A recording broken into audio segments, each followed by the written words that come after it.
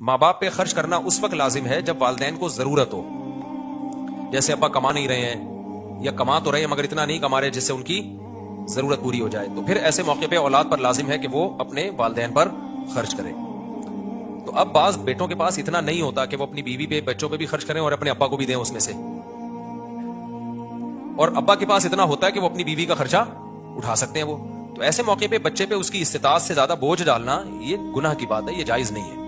کیونکہ باپ جب کما رہا ہے اور اپنی بیوی پہ اور اپنے جو نابالغ بچے ان پہ خرچ کر رہا ہے یا بیٹیوں پہ خرچ کر رہا ہے, اتنا ہے اس کے پاس اور بیٹے کے پاس زیادہ نہیں ہے, تو وہ اگر ابا کو دے دے گا تو بیوی کہاں سے کھائے گی؟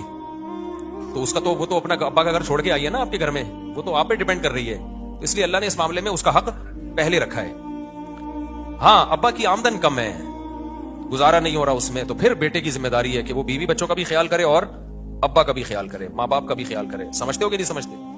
یا اولاد کی آمدن زیادہ ہے, وہ بیوی بچوں کی بنیادی ضرورتیں پوری کر کے بھی بہت کچھ بچ جاتا ہے, تو پھر ابا کو ویسے ہی دے دینا چاہیے, ضرورت نہ بھی ہو تو دینا چاہیے. لیکن پہلے ضرورت کس کی پوری کرے گا؟